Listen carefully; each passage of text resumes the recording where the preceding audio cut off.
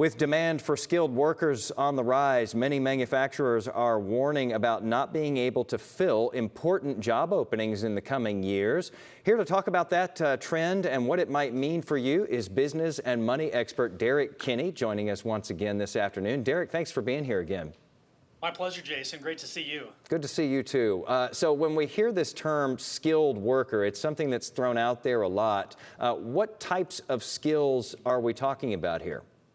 Well, not just construction, and you think about day laborers, those are important as they build facilities, but think about inside. We've got HVAC people, technicians, crew chiefs, shift leaders, all the people who make the processes and machinery run, and they can get paid pretty well for that. Those are the jobs that most people say, don't do that, go to college, but because so much manufacturing is coming back to the U.S., these are jobs ripe for the taking, and they can actually pay well and provide nice, healthy benefits. Yeah, a lot of trade jobs out there too that people might overlook sometimes, but they can actually pay very well. So what causes the demand to be so high for these job openings? Is it just red hot growth and this sort of new way of thinking of bringing manufacturing back? Well, red hot growth does play one part, Jason. The biggest part is back when COVID was at its height, we saw manufacturing come to a halt. And because of that, there is this pent-up demand now, not just in the U.S., but all over the world for manufacturing to start back up again. Now we see car parts available. We see car prices dropping just a tad, but we see things that people need, goods and services, are now in high demand. There's this pent-up demand to buy things, and now they want those things made. So this is a trend that's going to be around for a while. And if people want a job, again, that does pay well, they haven't gone the college route, this could be one to seriously consider given the high demand of what people want right now. Yeah, and the best part about that too is that, you get in there, you learn these skills, you get out there, you get a job, you start making money. Maybe you even start your own little business doing it someday, and you don't have those student loans to pay back. And these are jobs that are needed. Let's talk about the pay ranges here for skilled workers, Derek. What, as you look at this, is sort of the average salary that we're talking about?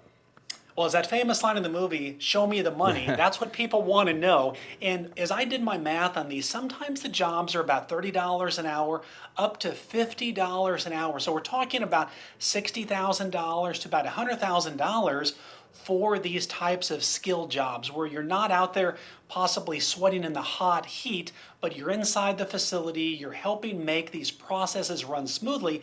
But also because the demand, Jason, is so high, now we see companies really pumping money into companies' 401ks, really generous health benefits. Oftentimes there's paternity leave and so forth. So the benefit packages are needed to attract people out of the college needed jobs to these type of service-based jobs. So a lot of perks in there too, and that really does make that amount that you're getting paid go up significantly when you put a dollar figure on that. What are some ways here, Derek, that high schools are better preparing students for some of these opportunities and letting people know that, yeah, college is definitely great. We need all of those positions that colleges, turn out graduates for as well. But, you might also consider this other route, like maybe a trade school or some kind of a trade or a craft like that.